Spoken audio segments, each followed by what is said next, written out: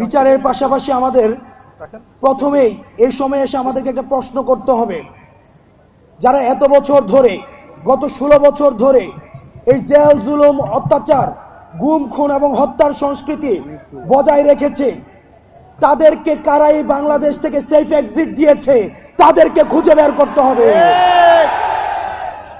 কাদেরকে ক্যান্টনমেন্টে আশ্রয় প্রশ্রয় দেওয়া হয়েছে, কারা এদের সাথে জড়িত, তাদেরকে খুঁজে বের করতে হবে। পৃথিবীর ইতিহাসে আর কোথাও নেই একই সাথে শিক্ষক, বুদ্ধিজীবী, অভিনেতা, নায়ক, পেশাজীবী, শ্রমজীবী একই সাথে ফ্যাসিস্টের পা চেটেছে। আজকে আমাদের সময় এসেছে তাদেরকে খুঁজে বের করা, যেই ডাক্তার সেদিন আহতদেরকে চিকিৎসা দেয়নি,